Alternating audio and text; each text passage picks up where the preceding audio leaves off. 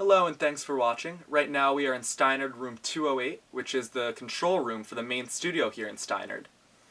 The room is generally used in conjunction with the tracking room in order to record and mix audio. This room is equipped with 16 preamps, a computer with audio software including Pro Tools and Logic, surround sound monitor speakers, 2 MIDI controllers, and a patch bay that connects to the tracking room. First, let's get an overview of how the system is organized. Most recording happens in the tracking room, so there are 16 inputs right below the glass panel that connect to preamps in the control room. These preamps connect to HD Native, which is a sound card that we use to communicate between the studio hardware and the computer. Now let's take a look at how to set up the computer with HD Native so that the audio works correctly. If you're using Logic, you need to set up the audio using Avid Core Audio Manager before starting the Logic software. So open that up and make sure that it's connected to HD Native. Then click HW Setup, which will allow you to view and assign the inputs and outputs. Note that there's a plus sign next to Analog Output 1, 2. This needs to be there so that the audio works correctly. If it's not, just click Set to Default and it'll fix the problem.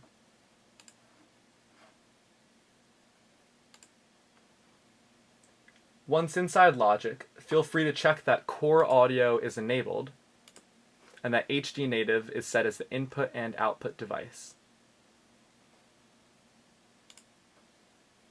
If you're using Pro Tools, make sure that Avid Core Audio Manager and all other programs are closed so that Pro Tools' built-in audio driver works correctly. Once you've opened Pro Tools, to set up the audio, go to Setup, Playback Engine, and make sure that HD Native is set as the playback engine, and go to Setup Hardware to make sure that your inputs and outputs are assigned correctly.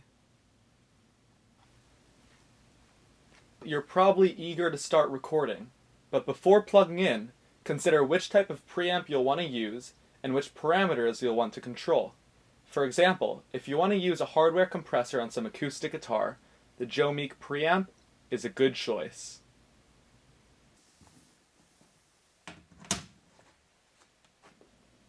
Once you're plugged in, make sure that your channel is set to the correct input. Since we're connected to input 7, which is the Joe Meek preamp, select input 7 in the input slot.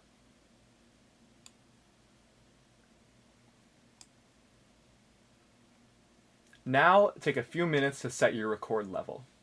This is an important process to ensure that none of your recording gets clipped or distorted, and that you have a proper signal-to-noise ratio. A good way to set your record level is by testing the audio you intend to record and observing the response on meters and peak lights on your preamp and recording software. Then adjust your preamp gain and other settings so that meters look good and nothing is clipping.